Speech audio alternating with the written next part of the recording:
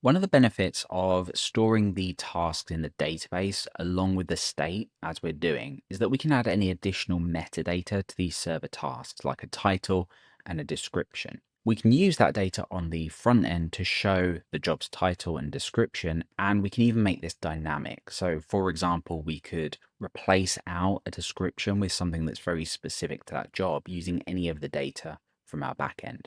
So let's look at how we can add some additional metadata to each of these server tasks. So when we get to the next section of the course where we list them, we can just show this data. We don't need to hard code anything into the UI.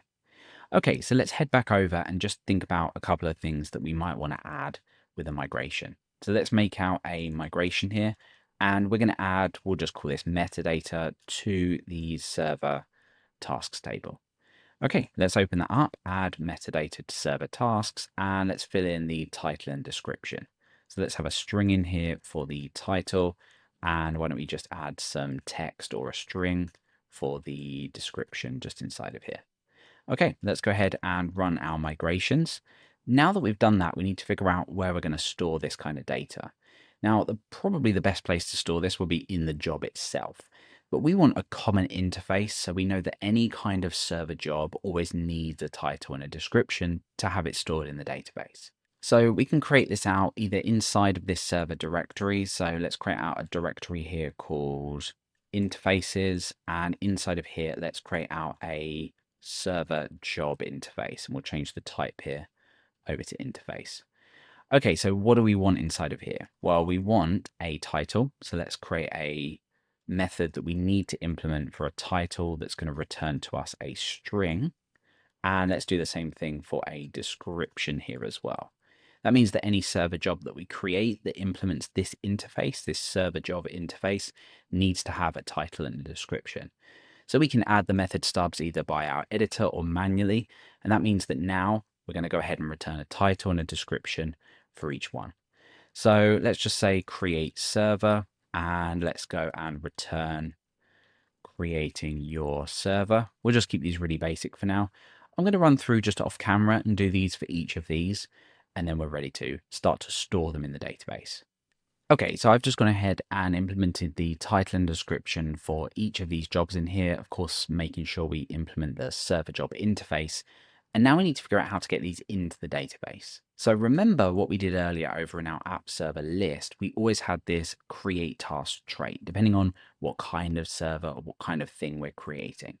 This goes ahead and collects everything up, and of course it creates some data in the database. Because each of these tasks here are the actual job itself, all we really need to do is extract this data out. So we can just say task and title here, and we can do the same thing for the description as well. So we can just put that directly into the database. And because we have an interface on each of our server tasks, we know that these are always going to exist. Now that we've done this, let's go ahead and make sure we're not running our queue just because we don't want this to run through, and just make sure this data gets stored. And then I'm going to show you how to customize this data if you need to show anything specific. Okay, so I'm going to head over to the database and just make sure everything is cleared out here with our job batches. Let's go over to the UI and click create server, and let's head over to our server tasks. And there we go. So each of the title and descriptions have now been added for each of these that we need. Now, the good thing about this, rather than having a hard-coded list on the UI of each of the jobs that you're running, is you can now start to inject in any data that you need in this title and description. Remember, the reason that we're doing this is because it makes it more convenient when we refresh the page and iterate over a list of jobs to just get all this data in one go.